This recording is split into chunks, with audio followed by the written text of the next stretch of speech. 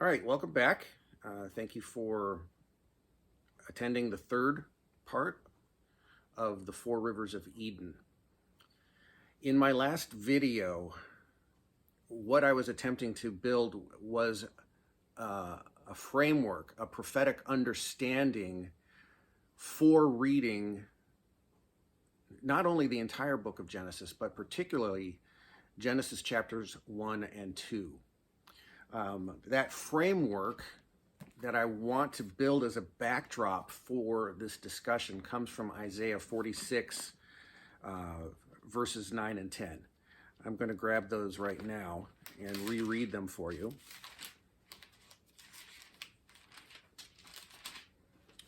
Okay, Isaiah 46, 9 and 10.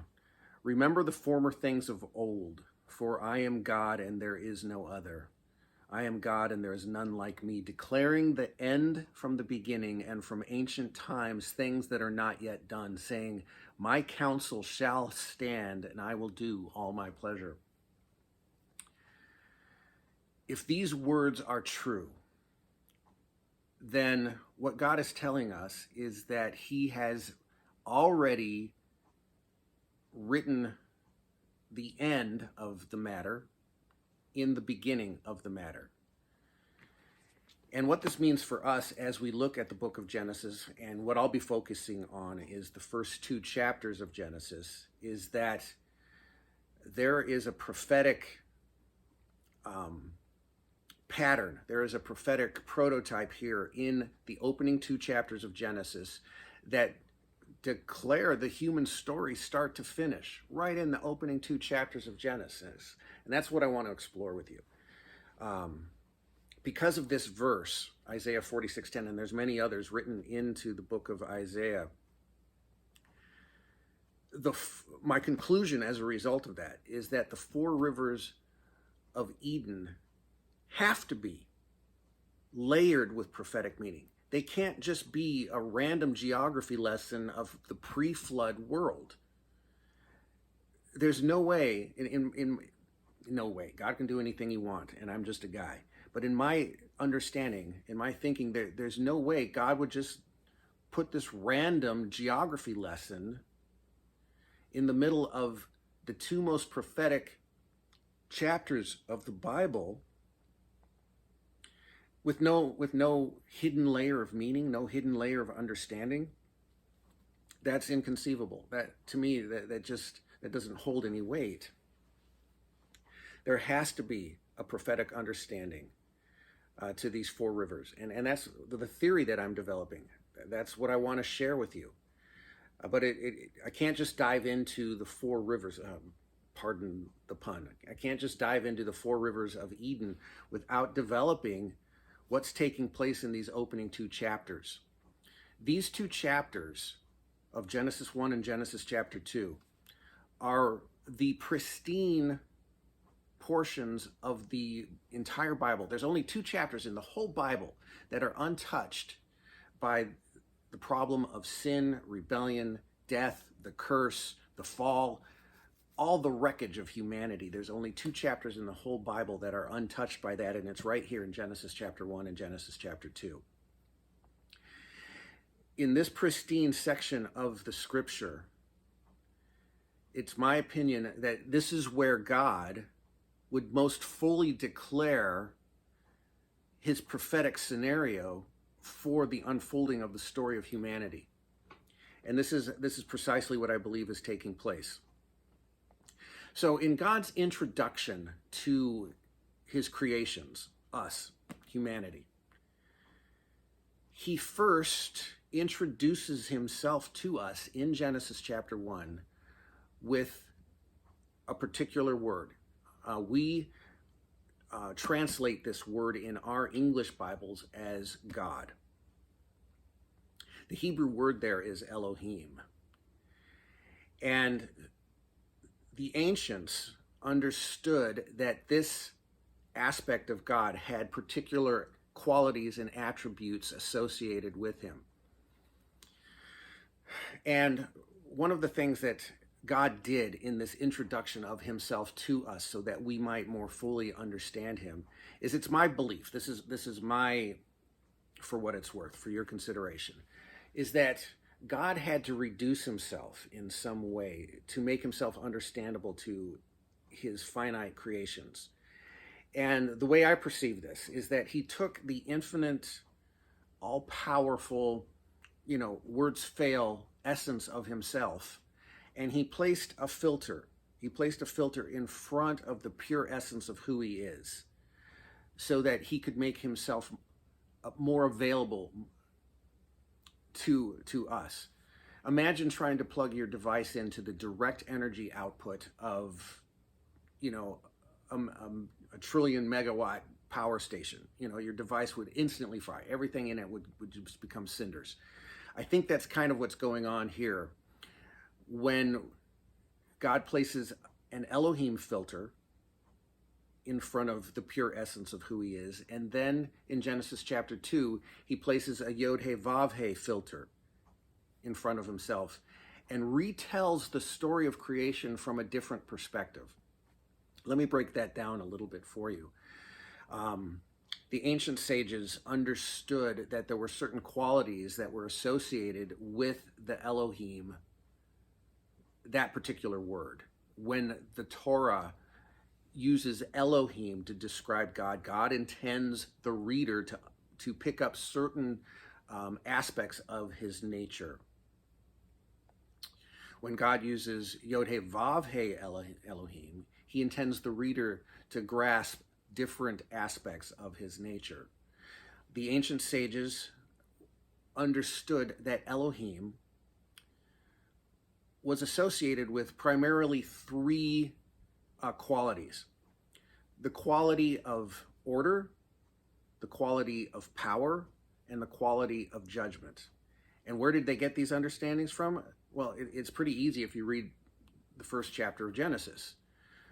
God orders, he plans, he makes a plan, he executes the plan, and he evaluates the plan. So he orders what is to take place in each day. He executes through the power of his spoken word. It is through the language of the Most High. It is through the verbalization, the expression of his word, that the material universe, and I suspect the ethereal universe as well, of course, both realms were created through the power of his word. And then he evaluates what he's done. Is it good? Or is it worth keeping? So each day in Genesis chapter 1, you pick up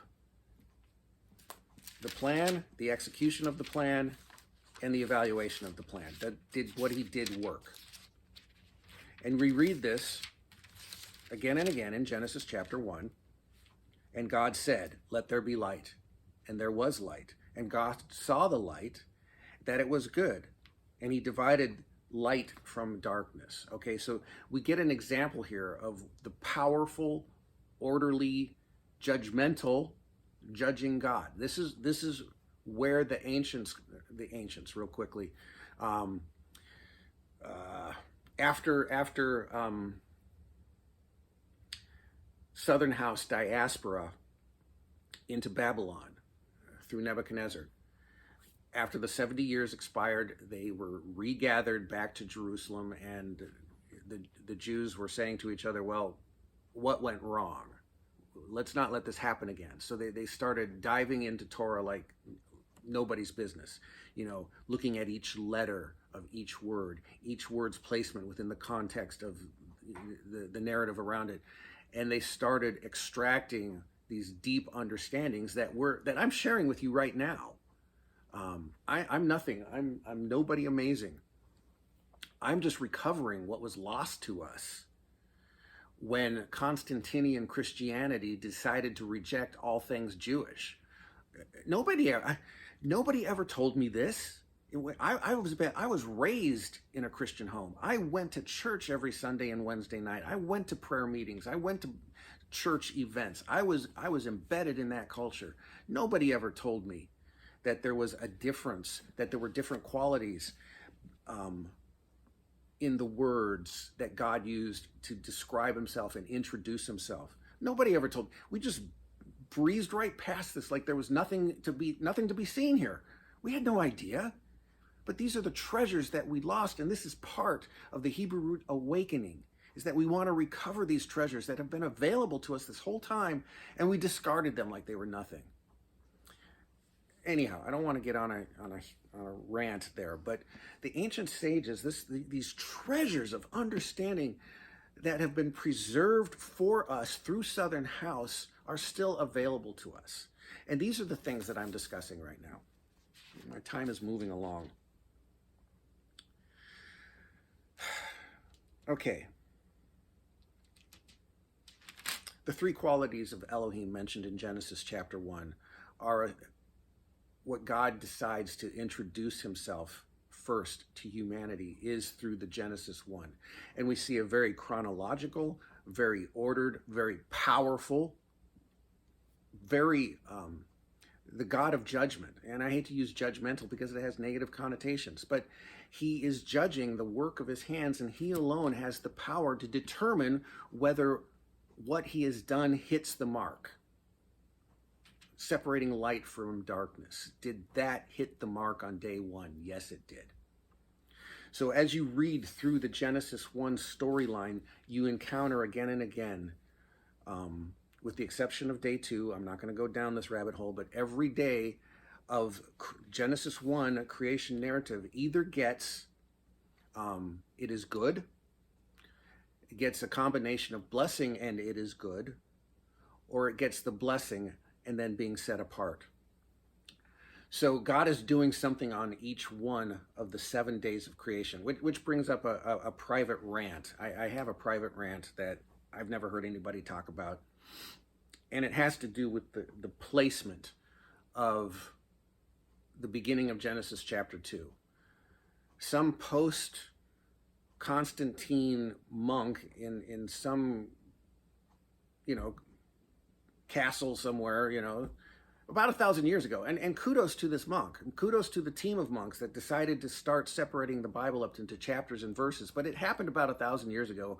And chapters and verse, if you're not aware, chapters and verses are not a part of the original revelation of God. This is a very late in coming to us tool that is very useful, and full kudos, full snaps to the scribes and the team of scribes that broke the Bible up into chapters and verses. But it only happened about 1,000 years ago, and it happened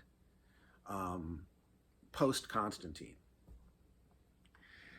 So, job well done, thumbs up on chapters and verse, great idea. Thumbs down on where you decided to place Genesis 2 verse 1.